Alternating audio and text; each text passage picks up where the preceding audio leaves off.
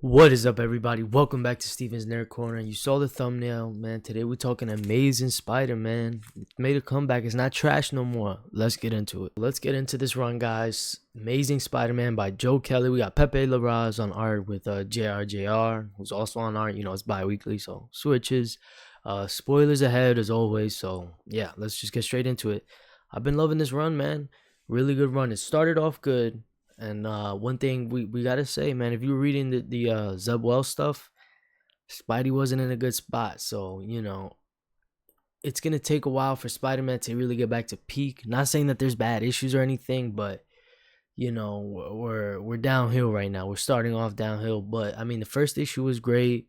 Honestly, that first arc, I think it's about four issues. You know, we got this whole little thing with Hobgoblin, and then, you know, Peter's drugged out his mind. You know, it's a cool little setup because it seems like there was a lot of behind the scenes stuff going on with Joe Kelly. Like, I don't know, he was on it for 8 deaths of Spider-Man, then he was off, and then I don't know, apparently he didn't want to do ASM. It was, I don't know, whole thing.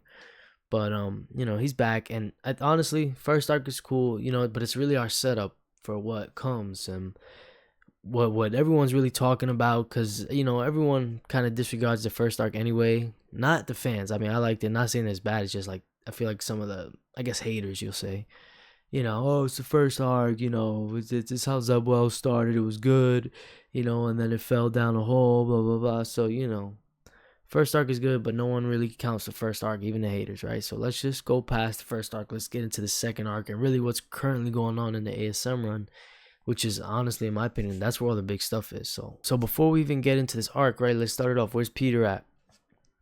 You know, he's not with Mary Jane no more. We got that going on. You know, spoiler if you're not reading Venom, Mary Jane is Venom, so we got that going on. And, you know, he's just single. He's not really talking too much to everyone, and, you know, he's talking to this girl. I lied. He's talking to this one girl, Shay.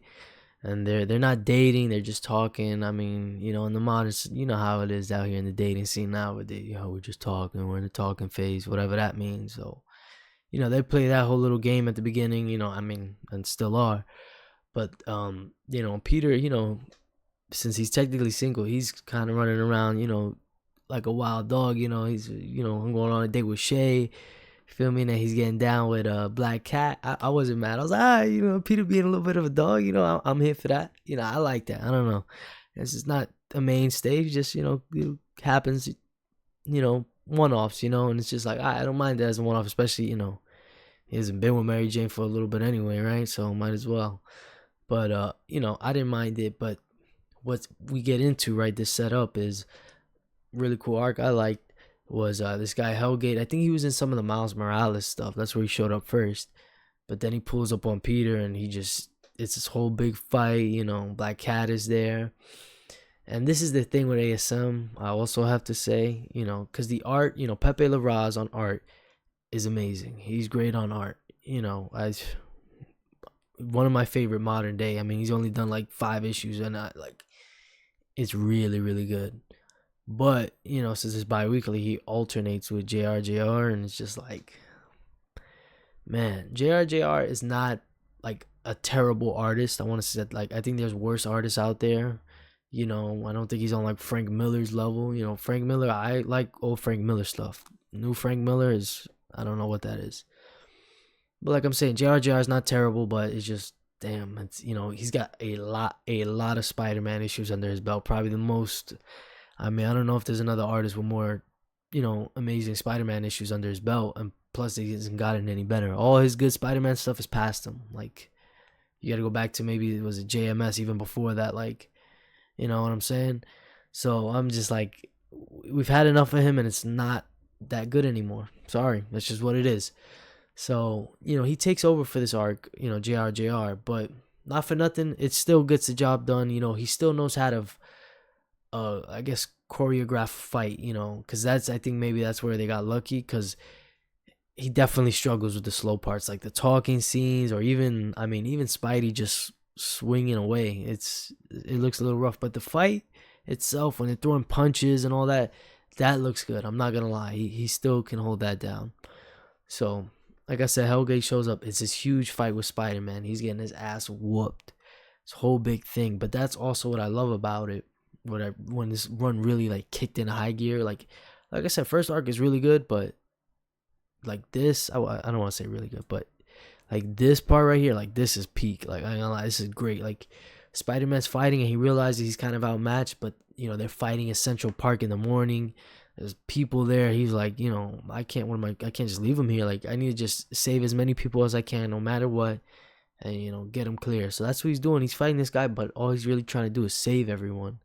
And that's Spidey, man. Don't matter how outmatched, what outnumbered, no matter what, he's gonna save lives, and that's what he does here. And it was great. He's holding up a statue so people can run away, and Hellgate's running down and just gets a clean shot on him right in the ribs. Bam, bam. Peter's coughing up blood, but the people get away. Like that's Spider-Man, bro. Sacrificing himself for others. Like people like that is Spider-Man, bro. Like I love that. Like that stuff I can't get enough of. So yeah, I mean, basically the fight goes on and Spidey just gets whooped. Something happens. I guess Hellgate has to teleport. I'm not too sure what happens. He gets some good punches in Spidey, but Hellgate whoops him pretty good. Like he basically lost. And Hellgate, the last thing he tells him, like right before I guess he really knocks him out, he tells him get stronger, and then poof, that's it. We don't, and then we don't see Peter for weeks. And it sets up this whole little mystery thing. We see this version of Peter, right? I guess spoiler, right? He's, in crutches, he's healing, he's walking around. Tombstone, some of the stuff that got left off with the last arc, I guess they got into a really big fight, and I really don't. The Zebwell shit was bad, not gonna lie. Like, I don't even really like talking about it. But, so he's at odds, and Tombstone's kind of trying to hold Spider-Man, which I hate. But the only reason he's trying to do that because Zeb Wells was set that up. So, but we're not even gonna get into that.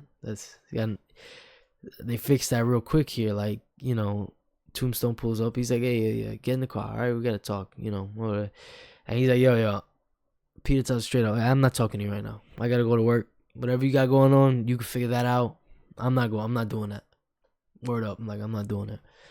And Tombstone's like, oh, really? Tough guy now? You really like this? This how you want to play it? And he's like, yeah. It is what it is.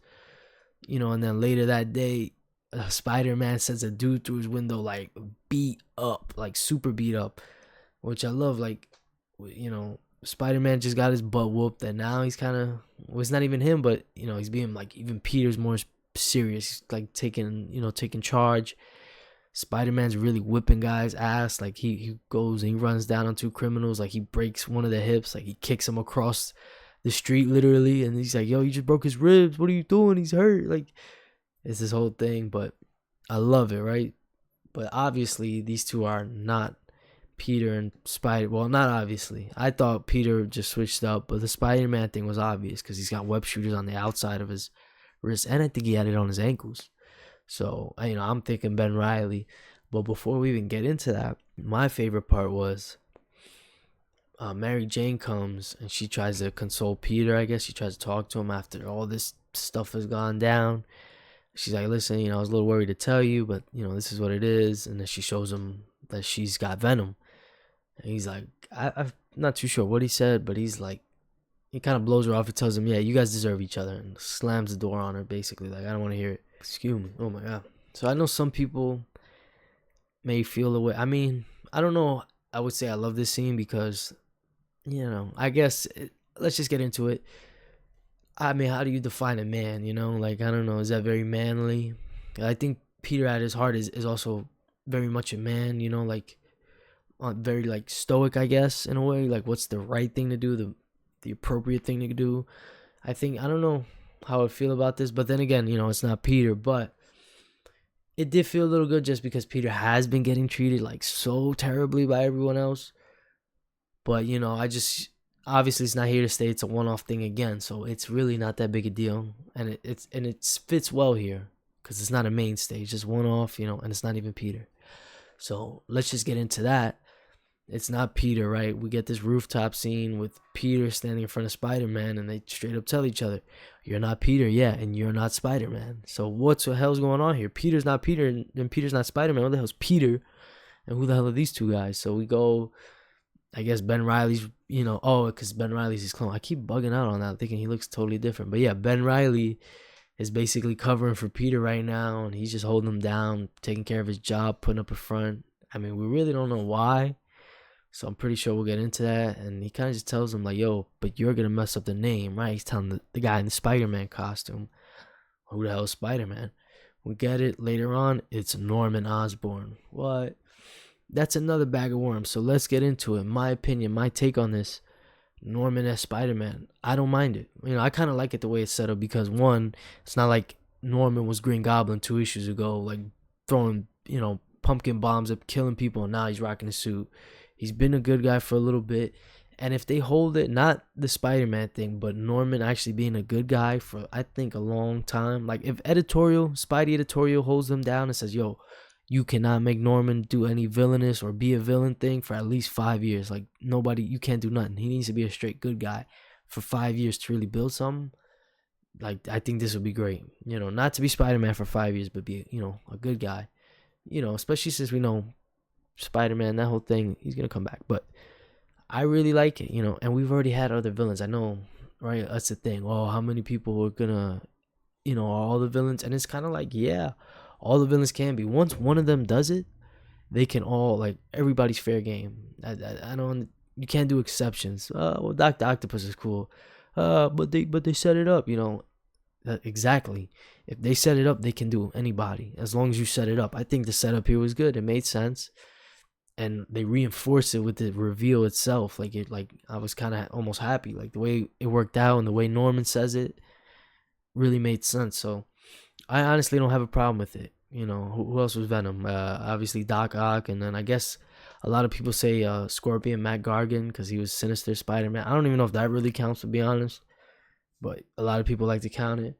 But like I said, if one could do it, they all can do it. Like, the minute one villain does it, it opens the floodgates for all of them to do it. That's just how I feel about it. As long as the setup is right, it's whatever. Because the first one did it. So at that point, you open the floodgates. So as long as the setup and it is good and it makes sense, I don't have a problem with it. Let's just get into this. Our newest issue, right? The last issue, issue 11. It was double-sized peak, right?